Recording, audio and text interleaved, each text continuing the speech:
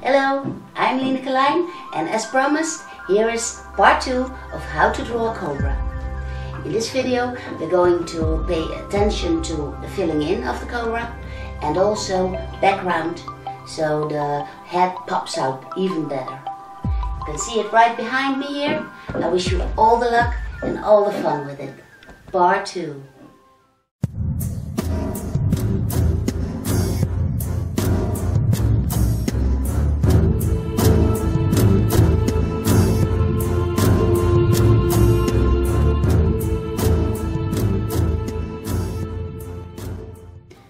Welcome back to part 1 of the drawing of the cobra, and I've decided to make this in 2 parts because I've had several requests for people that are having difficulty with the shading in of their drawing. So in this drawing we will be concentrating on the shading and what is important for your black and white balance. As you can see here, I put a little bit of shade into the eyeball and I mark out all the important lines that are very important for how a cobra looks and stares at you. I put a little bit of shade behind the first scale of the eye. Outer contour will have to be very direct and sharp because later on I will put a dark space behind the head.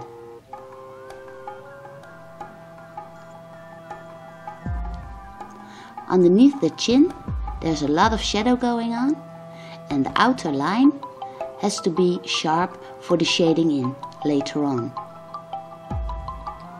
You can put in more scales now that you know how the cobra is built up. And when you're happy with your lines, you can make them mark out better and go over your lines as you've already drawn them in.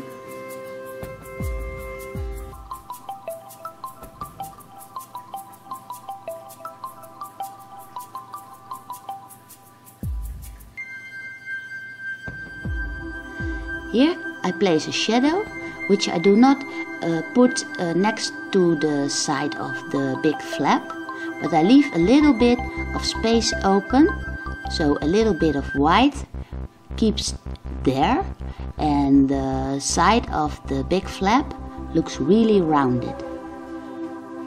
For the inside of the flap I shade in everything except for the little bubbles we've drawn.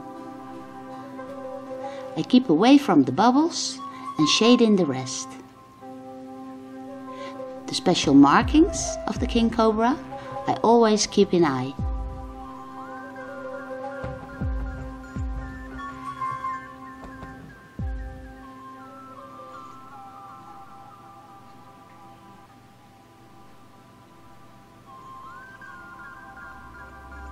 By shading in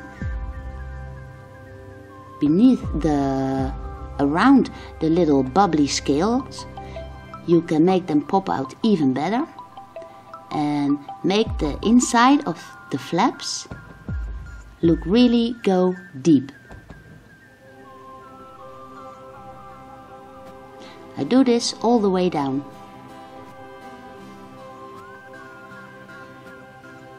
For the lower jaw I put in a little bit of shadow and I keep track of the very harsh lines on top of the head.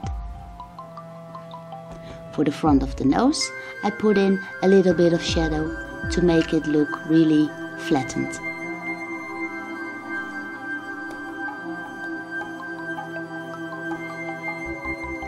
I put in the lines on the the lower cheek, and then I place a little bit of shadow underneath the mouth line.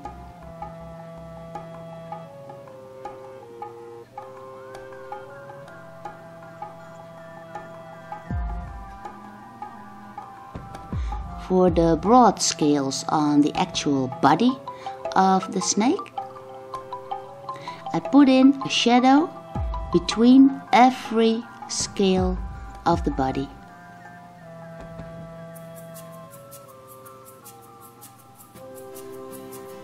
This way they look extra separate from each other.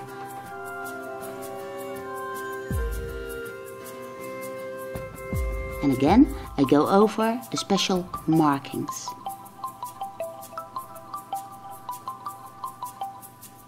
So simply place shadows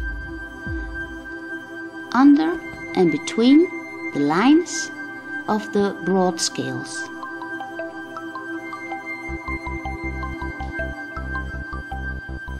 Also this, I continue all the way down. Every scale has to be separate from each other.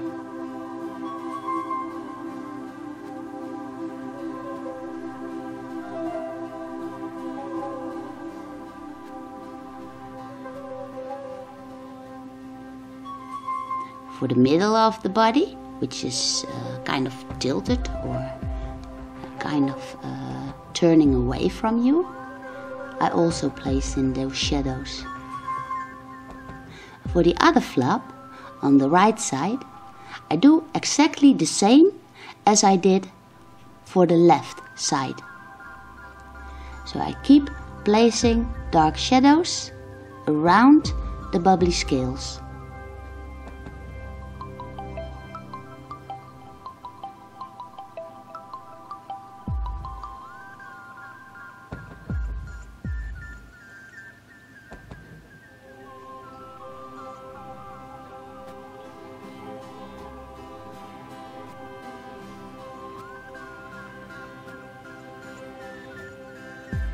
On the top of the snake, there's not a lot of shadow going on, so I simply keep placing lines and very little shadow.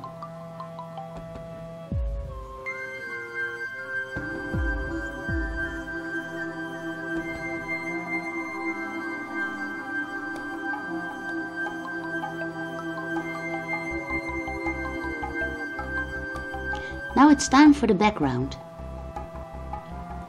What I do is I just keep rendering and shading in the surrounding of the snake. And by making this extra dark, the head pops out even better.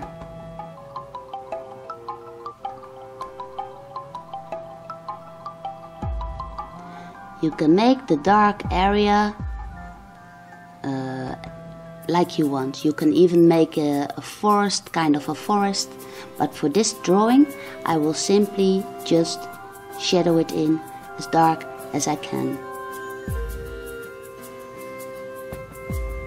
It's just to show how much a surrounding will play with your drawing and give it extra contrast.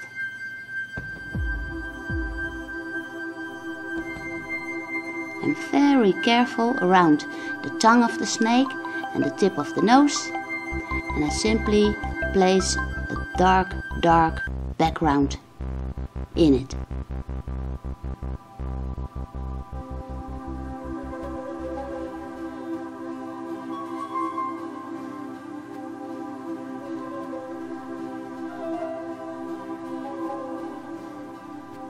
I do this very rough, and as I was saying, it's only to demonstrate how it plays with your drawing.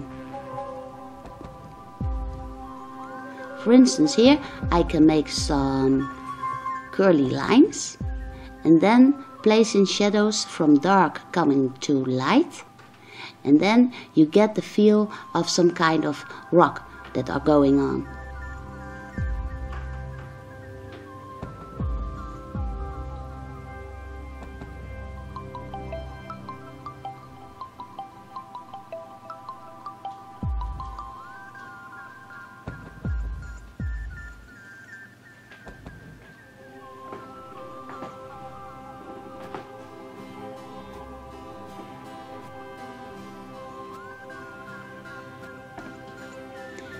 If you want to, you can also take an even softer pencil, like for instance here I have an 8B graphite, and you can make the lines you are very content with and the very important lines even darker.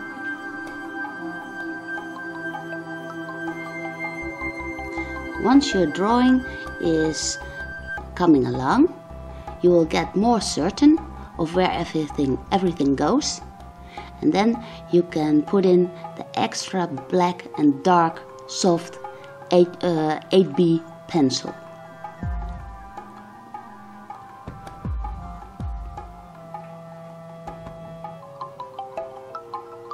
For instance, the sharp line of the mouth. Or you can place in a little bit of extra shadow around the eyes to make the eyes pop out even better.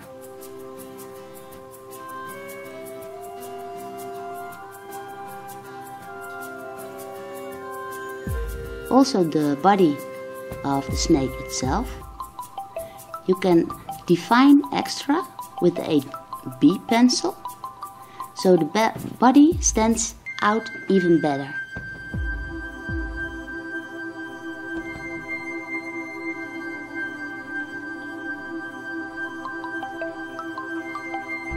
You can see the soft pencil is a little bit shiny, but it's just the way the light falls. When you hold it in another way, it will be gone.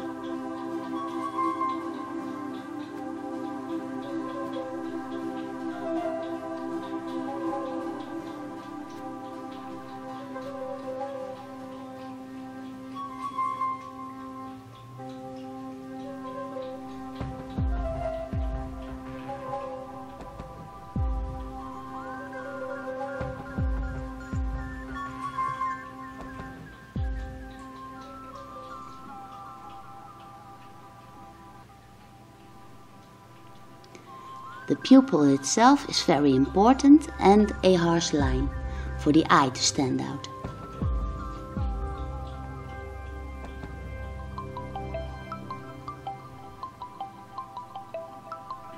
Well, this was a very quick and simple explanation of the tones that are important for shadow drawing. So for this time I'm putting in my name.